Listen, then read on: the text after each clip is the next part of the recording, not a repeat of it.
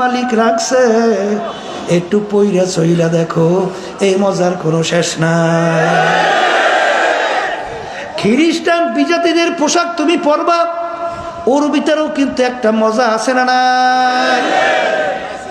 কিন্তু বাজানদারি রাখার মধ্যেও মজা, না রাখার মধ্যেও কিন্তু মজা। এই সুন্নাত তরিকায় চুল রাখার মধ্যেও মজা, না রাখার মধ্যেও মজা। লম্বা জামা সুন্নতি গায়ে দেওয়ার মধ্যেও মজা, না দেওয়ার মধ্যেও মজা। পাগড়ি বান্দার মধ্যেও মজা, না মন্দার মধ্যেও মজা।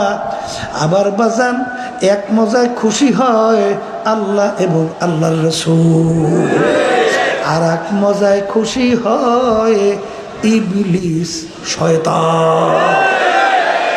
দুটোটাই মজা আছে না না? এখন তুমি খুশি করবা কাকে? বড় আল্লাহ এবং আল্লাহর রাসূলকে। এ কবরের যাত্রীরা সুন্নতি পোশাক ফাও ফাও মনে কইরো না। এই পোশাকের মধ্যে যদি তুমি চলতে পারো, বাজান তোমাদের সামনে আমি যে প্রথম আয়াত শরীফ তেলাওয়াত করছিলাম, আমার মালিক বলেন কিয়ামতের ময়দানে সমস্ত মানুষের আমল নামা আমি দাড়ি পাল্লায় দিয়া ওজন দেব। আমল নামা কিতে ওজন দেবে? কে বলছেন? আল্লাহ বলতেছেন যাদের নেকির পাল্লা ভারী হবে তাদের জন্য আমি এমন মেহমানখানা বানাইছি, যেই মেহমানখানার নাম হলো বেহেশত। আল্লাহ আপনি আমার জন্য, আমাদের সবার জন্য কবুল করে নিয়ে। কিয়ামতের ময়দান আমার মালিক আমল নামা দাড়ি পাল্লায় দিয়ে ওজন দিবে। যাদের নেকের পাল্লা হালকা হইয়া যাবে, গুনার পাল্লা ভারী হইয়া যাবে, আমার মালিক বলেন তাদের জন্য এমন শাস্তির জায়গা আমি বানাইলাম, যেই শাস্তির জায়গার নাম হলো জাহান্নাম। আল্লাহ আপনি আমার জন্য, আমাদের সবার জন্য মাফ করিয়া দেন। এই আল্লাহর বান্দারা, এই আয়াতের মাধ্যমে কি বুঝলাম? নেকের পাল্লা ভারী করা লাগবে। আসতে কয় নেকের পাল্লা আর গুনার পাল্লা হালকা করা লাগবে। বাজান মানুষ বলতেই, মুসলমান বলতেই মন চায় নেকের পাল্লা ভারী করবে, গুনার পাল্লা হালকা কইরা দুনিয়ার থেকে বিদায় নিয়ে কবরের দিকে রওনা করবে। কি মন চায়, কি চায় না? কিন্তু বাজান তোমার আমার পিছনে শত্রু শয়তান এবং নাফস আম্মারা, আর একটা শত্রুর নাম হইল বাজান মানুষ শয়তান। কারণ আল্লাহ রাব্বুল আলামিন কুরআনুল কারীমের মধ্যে শেষ সূরার ভিতরে দুই ধরনের শত্রুর কথা বলছেন। আল্লাযী ইউওয়াসউইসু ফি সুদুরিন নাস মিনাল জিন্নাতি ওয়ান নাস। এখানে কয় ধরনের শত্রু? একটা হলো বলেন জিন শয়তান, আর একটা হলো মানুষ শয়তান। অন্য জায়গায় আয়াতের ভিতরে আল্লাহ বলেন নফসে আম্মারা, এ হইল তোমাদের শত্রু, গুনাহ করায়। কথা ঠিক না বেঠিক? বাজান তুমি আর আমি পথ চলবো, পথের ভিতরে যে শত্রু তোমার পথে বাধা দেয়, পথ চলা যায়? কথা কয় না? আগে শত্রু মুক্ত করতে হবে, এরপর পথ চলা লাগবে। এখন এই মানুষ শয়তান থেকে বাঁচা লাগবে, জিন শয়তান থেকে বাঁচা লাগবে, নফস আম্মারা শত্রু থেকে বাঁচা লাগবে। জিন শয়তান থেকে কিভাবে বাঁচবেন? আল্লাহ রসুল বলেন, যেই আমার উম্মতেরা আল্লাহর জিকির করে, ওই জাকিরিনের কলবের ভিতরে আমার আল্লাহ রসুল বলেন শয়তান থাকতে পারে না। এই জাকিরের কলবের ভিতরে শয়তান থাকতে, আমি বলছি না, আল্লাহ রসুল বলছেন। আবার জোরে বলেন, জোরে বলেন। বাজান মানুষ শয়তান থেকে কেমনে বাঁচবেন? মানুষ শয়তান তেলাওয়াতেও যায় না, জিকিরেও যায় না, অন্য ইবাদতেও যায় না। আমার মালিক বলেন তুমি সাদিকিন বান্দাদের যদি সঙ্গী হইতে পারো, মানুষ শয়তান থেকে তুমি বাঁচতে পারবা। আর নফস আম্মারা শয়তান শত্রু থেকে কিভাবে বাঁচবো? আল্লাহ রসুল বলেন রজানা মিন জিহাদিল আসগরি ইলা জিহাদিল আকবার। এ আমার সাহাবারা, ছোট যুদ্ধের থেকে বড় যুদ্ধের দিকে রওনা করলাম। সাহাবায়ে কেরাম বলে আল্লাহ রসুল, এর চেয়ে আবার বড় যুদ্ধ কোনটা? আল্লাহর হাবিব বলেন নফসে আম্মারার সঙ্গে জিহাদ করা এর চেয়ে বড় যুদ্ধ।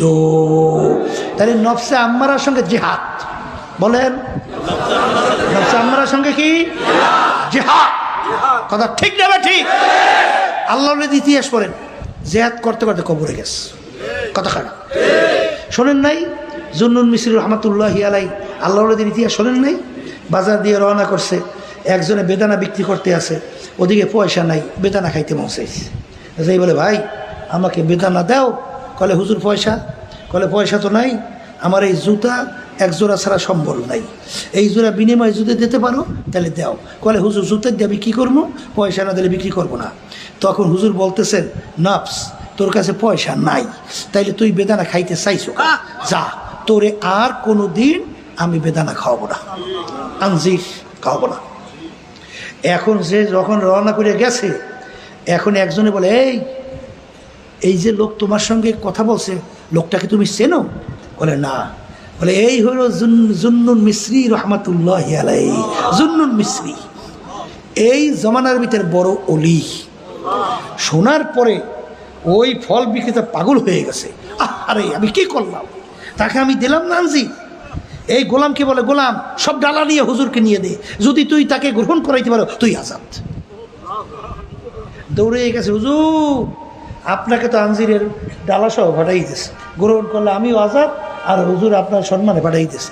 তখন বলে বাজান রে, আমি নফসের সঙ্গে কসম কাটছি আমি এটা গ্রহণ করব না। জেহাদ শুরু হয়ে গেছে। কথা বুঝলেন না? বোঝেন নাই?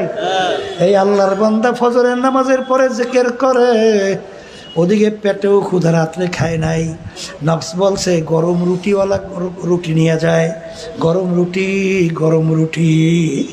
নফস বলতেছে আগে খাও তারপর মাওলার জিকির করো, আর সে বলে নফস রে আমি আগে মাওলার জিকির করব তারপর খাবো। পেটেও ক্ষুধা, এক পর্যায়ে টিকতেই পারে না, যুদ্ধে টিকতে পারতেছে না।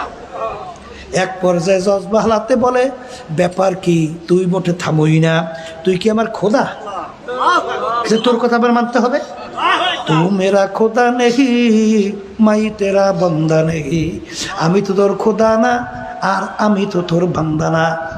আমার তুই খোদা না আর তোর আমি বান্দা না, তোর কথা আমার মানতেই হবে। আগে আল্লাহর জিকির করব তারপর খানা খাবো। হারাম দেখলেই পাগল ইহা না দেওয়া যাইবে না, কথা কয় না বলে কথা ঠিক না? ঠিক। এরকম জেহাদ করা লাগবে। কি করা লাগবে? আল্লাহর ওলিদের ইতিহাস পড়েন, সাহাবা কেরামদের ইতিহাস পড়েন, জেহাদ করতে করতে মাওলার কবরে গেছে। কথা ঠিক না বে ঠিক? এই জন্য আমার বাজানদেরকে বলবো, পর্দা আলে মা বোনদেরকে বলবো, বাজান মুসলমান বলতেই তো মন চায় নেকের পাল্লা ভারী করবে, আসতে কয় দেন গুনার পাল্লা হালকা করবে। কথা ঠিক নেবে ঠিক? আমার মালিক দুনিয়াকে এমন সাজে সজ্জিত করিয়া বানাইছেন, জুইয়িনা লিন-নাস হুব্বুশ শাহওয়াত। কথা কয় না? শয়তান এমন কাছে উপস্থাপন করে, ওদিকে তাদের মন দিল ঝুইকা যায়। কিন্তু মাকাল ফল উপরে দেখতে এত সুন্দর, ভিতরে ভাঙলে তাকানো যায় না। কথা ঠিক নেবে ঠিক? এ আল্লাহর বান্দারা, মেয়েদের সঙ্গে ছেলেদের আকর্ষণ এইভাবে আমার মালিক তৈরি করছেন। কি কথা কয় না? ছেলেরা মেয়েদেরকে দেখলে আকর্ষণ হবে না? আবার মেয়েরা ছেলেদেরকে দেখে আকর্ষণ হবে না? না হবে না? যদি কেউ হুজুর আমার হয় না, ওটা একটা মিথ্যু, ওটা একটা মিথ্যু। কারণ আল্লাহ বানাইছেই এইভাবে। কথা ঠিক না বেটি? চিত্ত বিনোদন সবাই মনে চায় না? আসতে কয় চায় কি চায় না? চায়। চায় না? চায় না। বড় চাকরিজীবী অফিসার, আমার মাওলার ভয় ঘুষও খায় না, সুদেও জড়ায় না, ঠিক মতো বেতনে সংসার চলে না। আবার এই যে ফ্যাসিস্ট পালাইলো আমাদের দেশের, সেই বক্তব্য রাখছিল প্রধানমন্ত্রী। কি কইছে? আমার পিয়ন 400 কোটি টাকার মালিক, হেলিকপ্টার ছাড়া চলি না। কথা ঠিক না? ঠিক। এখন পিয়নগিরি কইরা শত শত কোটি টাকার মালিক। কথা ঠিক না? ঠিক।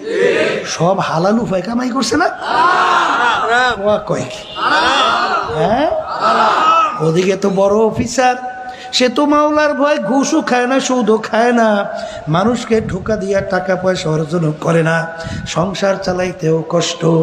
ওদিকে ঘরের স্ত্রী পর্যন্ত তাকে টিটকারি মেরি, তুমি কেমন বড় অফিসার, তোমার তো সংসারে ঠিক মতো চলে না। ওদিকে তোমার নিচের চাকরিজীবী বিল্ডিং একটার পর একটা উঠতেই আছে। গাড়ি পোলার একটা, মাইয়ার একটা, বউর একটা, নিজের একটা, প্রতি বছর বছর মডেল চেঞ্জ। কি আছে না নাই? আছে না নাই? এইটা দেখা ঠিক দেখা অত সহজ, আসতে কয় অত সহজ, বড় কঠিন না? বড় কঠিন না?